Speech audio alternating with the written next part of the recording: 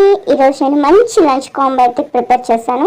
నేను వంకాయ టమాటా పచ్చడి అయితే ప్రిపేర్ చేశాను. తోటకూర కాళ్ళ పులుసు కర్రీ అయితే ప్రిపేర్ చేసి అప్లోడ్ చేసి ఖచ్చితంగా చూడండి. దీనికోసం టమాటాలు, వంకాయలు, పచ్చిమిరపకాయలు, కొత్తిమీర రెడీ చేసుకోవాలి.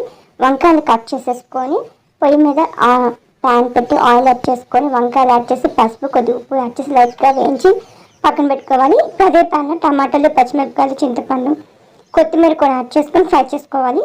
పల్లెటూరు స్టైల్లో అయితే నేను పచ్చడి ప్రిపేర్ చేశాను. దీనికోసం బాండీలో వంకాయలు, ఉల్లిపాయలు యాడ్ చేసి కచ్చాపచ్చాగా దంచేసుకున్నాను. ఇవి నలిగిన తర్వాత టమాటాలు, పచ్చిమిరపకాయలు, చింతపండు, ఉప్పు, కొత్తిమీర పేస్ట్ చేసుకున్నాను. మిక్సీలో పేస్ట్ చేసి మొత్తాన్ని కూడా బాండీలో వేసి పప్పు గుత్త మొత్తాన్ని కూడా మిక్స్ చేసుకున్నాను. చాలా బాగుందండి. చాలా అంటే టేస్ట్గా ఉంది. నోటికి ఎప్పుడు చేసే విధంగా కాకుండా కొద్దిగా డిఫరెంట్ టేస్ట్ అయితే వచ్చింది. చాలా బాగుంది, ట్రై చేయండి. దీంతో పాటు తోటకూర కాళ్ళ కర్రీ అయితే ప్రిపేర్ చేశాను, ట్రై చేయండి. హలో అండి అందరికీ. ఈరోజు నేను బీరకాయలు లాంటి ములక్కాయలు ఉన్నాయి, తోటకూర కాళ్ళు ఉంటే వాటితో కాంబినేషన్తో కర్రీ అయితే ప్రిపేర్ చేసాను. చాలా బాగుంది. దీనికోసం ప్యాన్లో ఆయిల్ అయితే యాడ్ చేసుకొని కొద్దిగా తాలింపు దినుసు అయితే యాడ్ చేసుకొని ఇవి వేగిన తర్వాత కొద్దిగా ఉల్లిపాయలు అయితే యాడ్ చేసుకొని దీంట్లోనే ములక్కాయలు, తోటకూర కాళ్ళు కూడా అయితే యాడ్ చేశాను.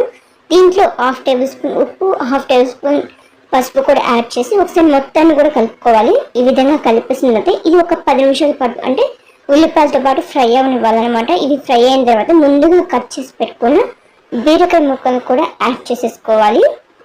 ఇవి యాడ్ చేసిన వెంటనే ఒక 2-3 మినిట్స్ పాటు కదుపుకుండా మూత పెట్టేశాను. తర్వాత మూత తీసి మొత్తాన్ని కలిపాను అనమాట. తర్వాత మళ్ళీ మూత పెట్టి ఇది ఫ్రై అయిన తర్వాత అంటే ఉడికిపోయిన తర్వాత తగినంత ఉప్పు, తగినంత కారం కూడా యాడ్ చేసేసుకొని మొత్తాన్ని ఒకసారి కలిపేసేసాను. ఒక 5 మినిట్స్ పాటు ఉడికిన తర్వాత సర్వ్ చేసుకుంటే చాలా బాగుంటుంది. వీడియో కనుక నచ్చితే లైక్ చేయండి, షేర్ చేయండి, సబ్స్క్రైబ్ చేయండి. Thanks for watching.